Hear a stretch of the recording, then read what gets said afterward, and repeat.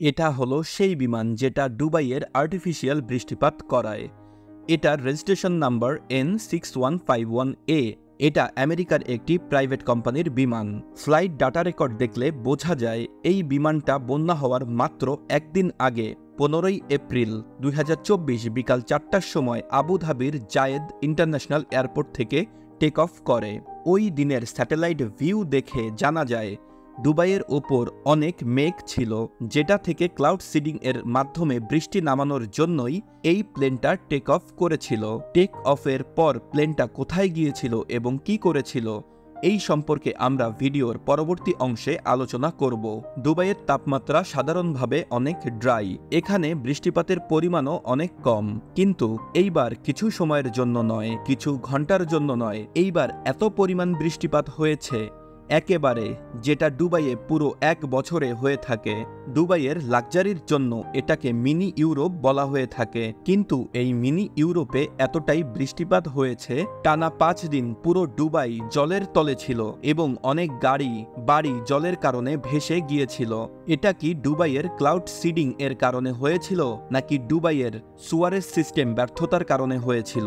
14ই April 2024 golf of Oman থেকে মেঘের একটা খণ্ড ঝড়ো বৃষ্টি সহকারে ওমানের দিকে উড়ে আসছিল এবং এই বৃষ্টি সর্বপ্রথম ওমানে আঘাত করেছিল। রাস্তাঘাট এ কারণে জলে ডুবে গিয়েছিল এবং 20 জন মানুষ মারা যায় এবং দেখতে দেখতে 16ই এপ্রিল এই বৃষ্টি দুবাইয়ের দিকে চলে আসে। প্রথমে এটাকে একটা সাধারণ বৃষ্টিপাত মনে করা হয়েছিল, যেটা ছিল 20 মিলিমিটার, কিন্তু দেখতে দেখতে কয়েক ঘন্টার মধ্যে এই বৃষ্টিপাতের পরিমাণ বেড়ে দাঁড়ায় 142 মিলিমিটার, যেখানে জলের উচ্চতা ছিল 5 ইঞ্চি। দুবাইয়ের রাস্তায় বন্যা হওয়ার কারণে এখানে ট্রাফিকের অবস্থা খারাপ হয়ে যায়, যার ফলে মানুষজন ঘর থেকে বের হতে পারে না এবং কিছু এলাকায় তো ঘরের ভেতরেও জল ঢুকে যায়। সুপার শপগুলো বন্ধ হয়ে যাওয়ার কারণে মানুষের কাছে খাবার কমতে থাকে, কিন্তু তারপরেও বৃষ্টি থামার কোনো লক্ষণ দেখা যাচ্ছিল না। দুবাই ইন্টারন্যাশনাল এয়ারপোর্ট, যেখানে নর্মাল দিনে হাজারের ওপরে বিমান অবতরণ করে, সেখানে হাঁটু পর্যন্ত জল হয়ে গিয়েছিল।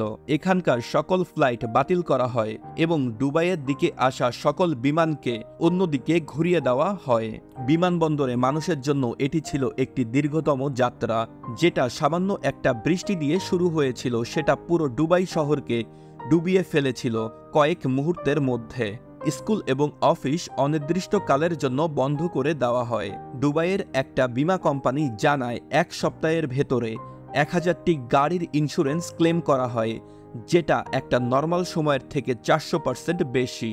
অন্যদিকে রেস্টুরেন্ট এবং অন্যান্য সব থেকে প্রায় কয়েক লাখ দিরহাম ইন্স্যুরেন্স ক্লেম করা হয়েছিল, যেটা তাদের জন্য ছিল অনেক বেশি। 1949 সাল থেকে দুবাইয়ে ওয়েদার ডাটা রেকর্ড করা শুরু হয়। 1949 সাল থেকে বর্তমান অর্থাৎ 2024 সালে হয়ে যাওয়া বন্যাই ছিল দুবাইয়ের সব থেকে বড় বন্যা। এখন প্রশ্ন হচ্ছে, এমন কি হলো দুনিয়ার সব থেকে শুষ্ক জায়গা বন্যায় প্লাবিত হলো? সবাই এটা বলতে শুরু করে ক্লাউড সিডিং এর জন্যই বন্যা হয়েছে। 15ই এপ্রিল 2024 বিকাল 4টার সময় আবুধাবির এয়ারপোর্ট থেকে N6151A বিমানটি টেক অফ করে, যেটা সাধারণত ক্লাউড সিডিং এর কাজ করে থাকে।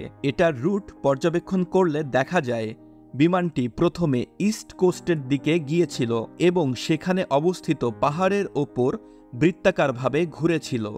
এরপর বিমানটি শারজার দিকে যায় এবং সেখানেও দুটো জায়গায় এরকম বৃত্তাকারভাবে ঘুরতে থাকে এবং পরবর্তীতে দুবাইয়ের লাহাবাব শহরের ওপর গোল গোল ঘুরে বিকাল 5:30টার সময় পুনরায় আবুধাবির এয়ারপোর্টে অবতরণ করে। কিন্তু দুবাইয়ের ন্যাশনাল সেন্টার অফ মিটিওলজির ডেপুটি ডিরেক্টর এর ভাষ্যমতে ক্লাউড সিডিং এর বিমানটি ওই দিন টেক অফ করেছিল, কিন্তু ক্লাউড সিডিং এর অ্যাক্টিভিটি করেনি। ক্লাউড সিডিং 1990 সালে সর্বপ্রথম দুবাইয়ে করা হয় সেখানকার জলের অভাব মেটানোর জন্য। ক্লাউড সিডিং এর বেসিক রুল হলো, যখন এমন কোনো মেঘ দেখা যায় যেটা সবেমাত্র তৈরি হচ্ছে, ঠিক সেই মুহূর্তে বিমানের সহায়তায় মেঘের ওপর কিছু পার্টিকেল স্প্রে করা হয়। পার্টিকেলগুলো সাধারণত লবণ অথবা সিলভার আয়োডাইড হয়ে থাকে।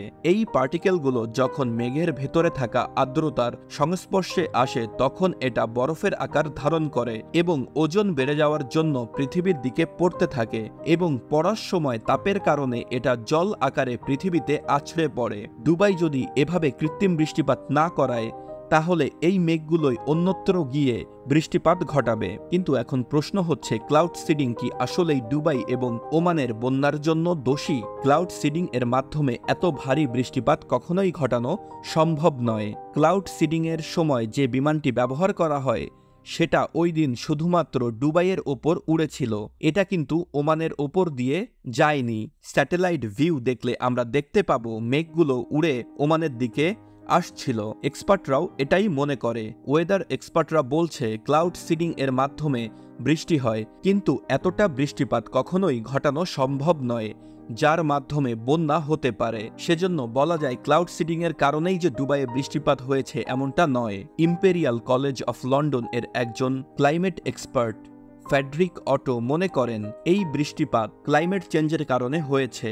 মানুষের ভুলের কারণে সমস্ত বিশ্বে পরিবেশের যে তারতম্য সৃষ্টি হচ্ছে সেটার ভিতরে আমাদের এগ্রিকালচার প্রসেস, নির্বিচারে গাছ কাটা এবং জঙ্গল কেটে ফেলা হচ্ছে। ক্লাইমেট চেঞ্জের কারণে পৃথিবীর সমগ্র দেশ এবং জাতি চিন্তিত, আর এটার যদি কোনো সঠিক প্রতিকার বের করা না হয় এর প্রভাবে সমগ্র বিশ্বকে হুমকির সম্মুখীন হতে হবে। যেমনটা আমরা দেখতে পাচ্ছি বর্তমান সময় হিট ওয়েভের কারণে গরমের পরিমাণ অনেক বেড়ে যাচ্ছে।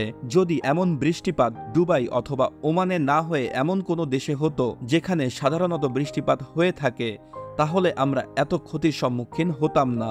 যেহেতু দুবাই এবং ওমানে ওইভাবে বৃষ্টিপাত হয় না যেভাবে বর্তমান সময়ে হয়েছে, সে কারণে সেখানকার ড্রেনেজ ব্যবস্থা অতটা উন্নত ছিল না, যার কারণে এই জলগুলো কোথাও যেতে পারেনি, যার ফলে সৃষ্টি হয়েছে বন্যা।